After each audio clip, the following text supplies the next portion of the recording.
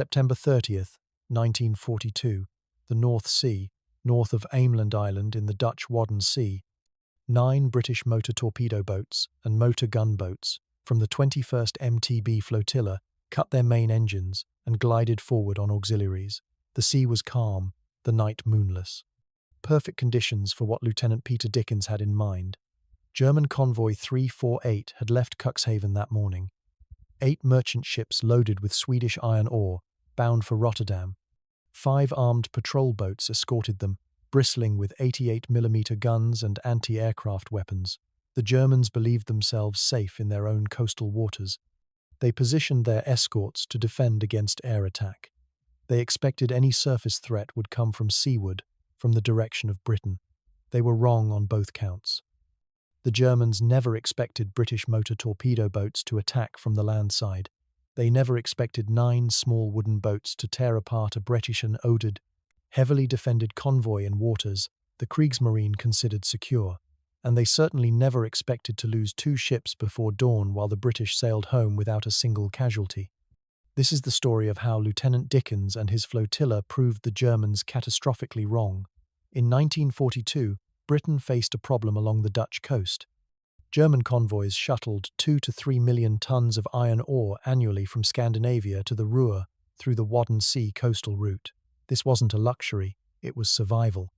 Without Swedish iron ore, German tank production would collapse. Without Norwegian iron ore, German artillery shells would stop rolling off assembly lines. The Royal Navy knew it, the Admiralty knew it. And on the night of September 30th, Lieutenant Peter Dickens knew it. Dickens commanded the 21st MTB flotilla from HMS Beehive at Felixstowe. At 32 years old, he'd already earned his Distinguished Service Order for previous actions. He was methodical, aggressive, and utterly convinced that motor torpedo boats could do what larger warships could not. They could slip into shallow coastal waters, strike hard, and vanish before German reinforcements arrived. His flotilla consisted of 2 types of craft working in combination. The motor torpedo boats, or MTBs, carried 18-inch torpedoes capable of sinking merchant ships. The motor gun boats, or MGBs, bristled with 20mm Oerlikon cannons and Vickers machine guns. Together, they formed a tactical system the Royal Navy had perfected over 18 months of bitter experience. The MGBs would engage the escorts with overwhelming firepower. The MTBs would slip past and torpedo the merchants. The Germans had no equivalent doctrine. Their E-boats operated independently, relying on speed and surprise. British coastal forces had evolved something more sophisticated, something the Germans were about to experience firsthand. Intelligence reached Felixstowe that Convoy 348 would transit north of Ameland Island on the night of September 30th. 8 merchants, 5 Vorpostenboot escorts. Dickens gathered his commanders, MTB 234, MTB 230, MGB 21, MGB 18, MGB 81, MGB 86. 3 more boats whose designations history has lost, but whose crews were just as ready. They sailed from Felixstowe as the sun set, 150 miles to the Dutch coast. 6 hours of cold spray and diesel fumes, and men checking their weapons in the dark. They reached the patrol area before midnight. Dickens ordered engines cut. Listen. Then they heard it. The low thrum of diesel engines, multiple ships moving in formation. The convoy. Dickens made a decision that would define the engagement. Instead of attacking from seaward, as the Germans expected, he would approach from the land side, from the north, from the direction of the Dutch islands. The German escorts had positioned themselves facing outward toward Britain, their 88mm guns pointed toward the open sea. Dickens would strike from behind them, from the one direction they'd left exposed. But first, he needed to see what he was shooting at. At 23:50 hours, the rumble of aircraft engines echoed overhead. Royal Air Force bombers, coordinating with Dickens, dropped parachute flares above the convoy. White magnesium light flooded the sea. For 30 seconds, perhaps 40, the entire German formation lay exposed. 8 merchant ships in 2 columns, 5 Vorpostenboots spread among them. The escorts scrambled to launch their own flares, trying to illuminate the attackers they knew must be coming. Dickens gave the order, Attack! The MGBs surged forward at 40 knots, their Packard engines roaring to full power. They opened fire at 1,500 yards. 20mm Oerlikon shells tore across the water in glowing arcs. Tracer fire from twin Vickers machine guns stitched patterns through the darkness. The German escorts returned fire immediately, their 88mm guns booming, but they were shooting at targets moving at speeds they'd never trained against. MGB-18, commanded by Lieutenant Smythe, charged directly at the nearest Vorpostenboot. Her Oerlikons raked the German vessel's deck, killing exposed crew members, silencing one gun, then another. The Germans fired back desperately. Their 88mm rounds shrieked overhead, too slow to track the racing British boats. While the MGBs drew the escort's attention, the MTBs slipped past. MTB 234 closed to 800 yards on the merchant column. Her commander gave the order, fire. Two 18-inch torpedoes launched with a hiss of compressed air. They entered the water, their engines kicked in, and they raced toward the convoy at 40 knots. 20 seconds later, one struck the Tula, a Swedish-registered freighter carrying 2,533 tons of iron ore. The torpedo hit her amidships. The 21-kilogram warhead detonated. The explosion broke the Tula in half. She folded in the middle, her bow and stern lifting as the center collapsed. Within 90 seconds, she was gone. Her crew of 11 men had no chance. 10 went down with the ship. One survivor clung to the mast, screaming for help until a German patrol boat fished him from the freezing water hours later.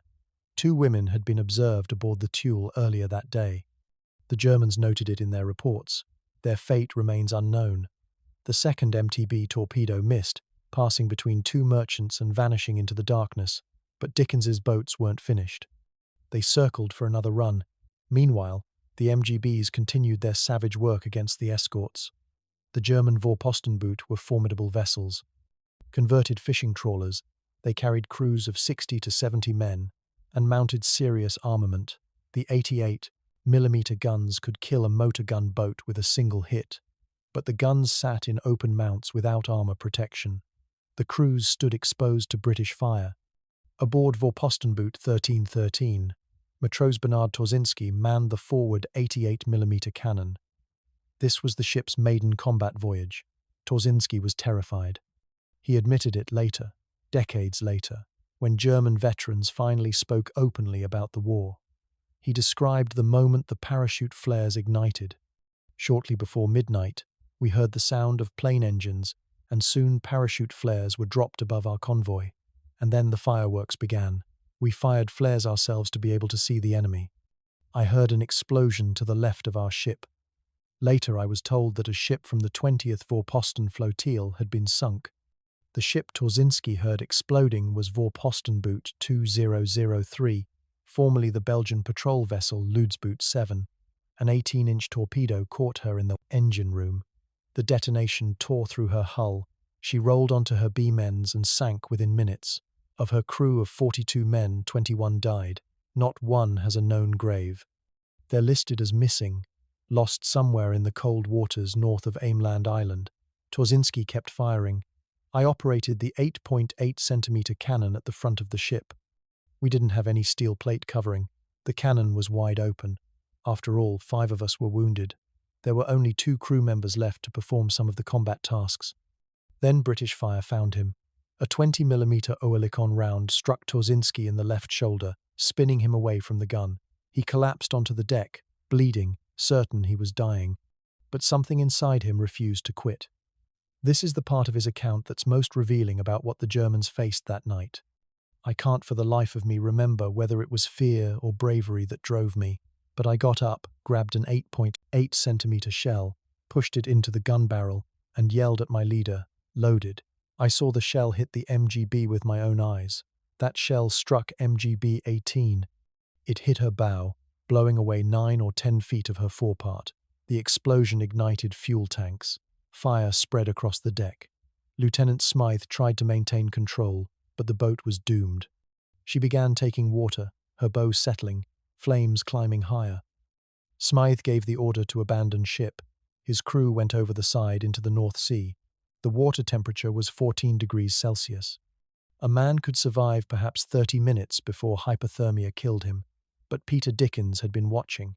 The moment he saw MGB-18's crew in the water, he brought his own boat alongside. Under fire from German guns, with shells falling around him, Dickens held position while his crew hauled the survivors aboard. Every single man from MGB-18 was pulled from the sea. Not one drowned. Not one was left behind. Smythe scuttled his burning boat to prevent capture. MGB-18 sank north of Ameland, the only British vessel lost that night. The Germans claimed victory. Their radio broadcast 2 days later announced 5 attackers sunk and 2 others heavily damaged. They mentioned Bernard Torzinski by name on the messages from the front program, praising his courage under fire. Torzinski was wounded, but alive. His captain, Oberleutnant Egon Telgman, had survived, despite his ship taking catastrophic damage. But the German claims were propaganda. MGB-18 was the only British vessel lost, scuttled by her own crew, not sunk by German guns. The other British boats sustained damage. Bullet holes, shrapnel scarring. One boat's bridge shot through. But all made it home to Felixstowe. All their crews survived. The Germans lost 2 ships, 21 dead aboard Vorpostenboot 2003, 10 dead aboard the Tula. At least 5 wounded aboard Vorpostenboot 1313. Total casualties, 31 killed or missing, with an unknown number wounded. But there's another detail in Torzinski's account that reveals why the Germans lost this engagement. He mentioned their helmsman, Steuermannsmat Erwin Baumgart. During the chaos of battle, Baumgart saw torpedo tracks approaching. Without waiting for orders, he threw the wheel hard over. The torpedoes missed by meters. Baumgart's initiative saved Vorpostenboot 1313, but later, Captain Telgman officially reprimanded him for acting without orders. This wasn't unique to Telgman. This was German naval doctrine, rigid command structure, wait for orders, don't improvise. The Royal Navy had spent 3 years of war learning the opposite lesson. Initiative at every level, trust junior officers, adapt faster than the enemy. The British crews attacking Convoy 348 didn't wait for permission. When MGB-18's crew went into the water, Dickens didn't radio Felixstowe for instructions. He rescued them. When the MTBs saw an opening in the German formation, they took it. When the MGBs engaged targets of opportunity, they fired. The Germans followed their doctrine, and they paid for it with 2 ships and 31 dead. The strategic impact of the Ameland action extended far beyond one night's losses. German convoys transported over 2 million tons of cargo through the Wadden Sea in 1943 alone. 998 merchant ships carried 2,119,466 tons that year. Lose enough of them, and the German war economy would strangle. Between September 1942 and mid-1944, British motor torpedo boats and motor gunboats fought several dozen sea battles in the Wadden area. They sank or heavily damaged 14 German vessels. They disrupted convoy schedules, forcing ships to wait for heavy escorts or sail by night. They proved that Germany's coastal waters were not safe. The Germans responded by increasing defenses, more Vorpostenboot, more anti-aircraft guns, faster convoy speeds where possible, but they couldn't escape the fundamental problem. Britain owned the night. British radar could find German ships in darkness. British torpedoes could sink them before dawn, and British crews had developed tactics the Germans couldn't counter. By August 1944, no German ships sailed through the Wadden Sea by daylight. The Royal Air Force strike wings had made daytime transit suicidal. The only option was night sailing.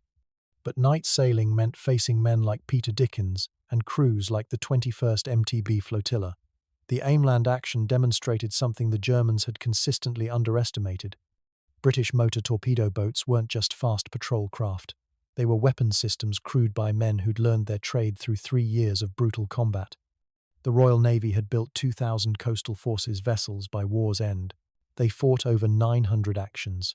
They sank approximately 400 enemy vessels. They earned 3,000 decorations, including 4 Victoria Crosses. Coastal forces had the highest rate of gallantry awards per capita of any Royal Navy branch. This wasn't because they were reckless. It was because their job required getting close to the enemy, trading fire at ranges where both sides could kill each other, and trusting that British training, British tactics and British courage would prevail. On the night of September 30th, 1942, that trust proved justified. Lieutenant Peter Dickens survived the war. He retired as Captain Peter Dickens, DSO, DSC. In 1974, he published his memoir, Night Action, MTB Flotilla at War.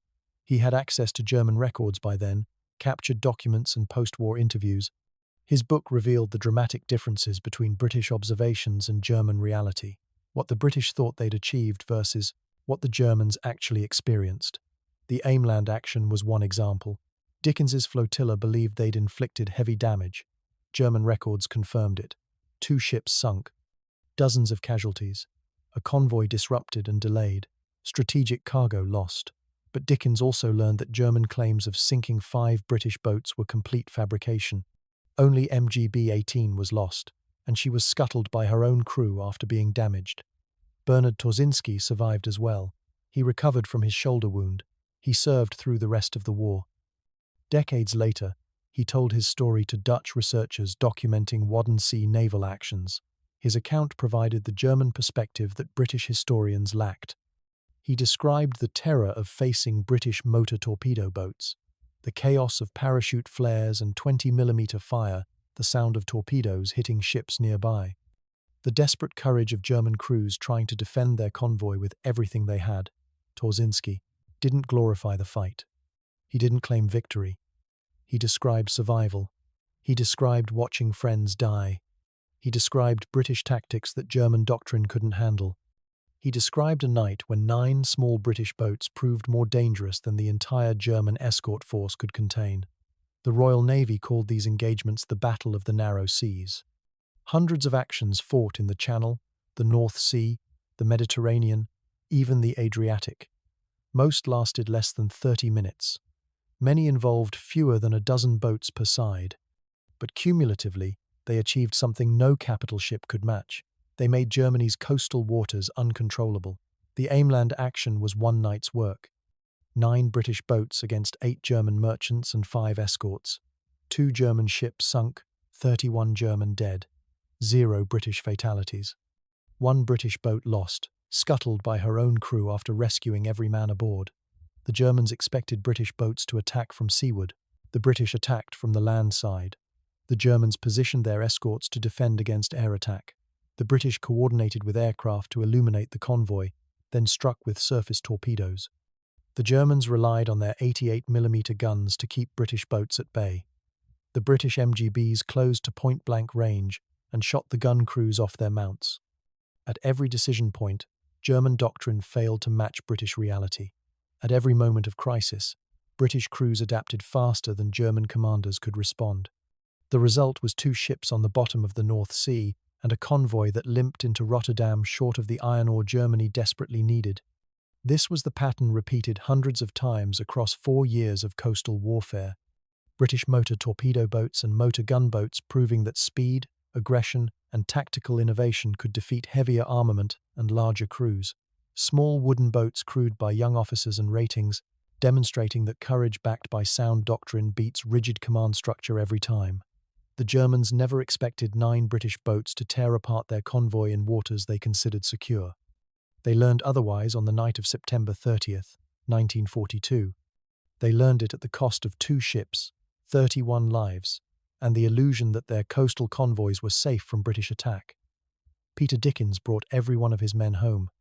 Not a single British casualty, not one man left behind when MGB-18 went down. That's the measure of the action. That's what British crews achieved when they faced German forces in the narrow seas. The iron ore aboard the Tula never reached German factories. The crew of Vorpostenboot 2003 never sailed again. Bernard Torzinski carried a British bullet in his shoulder for the rest of his life. And Lieutenant Peter Dickens added another line to the record of British motor torpedo boat operations that the Admiralty would study for the rest of the war. 9 boats, 8 hours from Felixstowe to the Dutch coast and back, 30 minutes of sustained combat, 2 enemy vessels destroyed. Strategic cargo denied to German industry. Every British crew member safe. The Germans never expected that outcome when Convoy 348 left Cuxhaven on the morning of September 30th. By dawn on October 1st, they knew better. The narrow seas belonged to Britain, and the motor torpedo boats proved it one convoy at a time.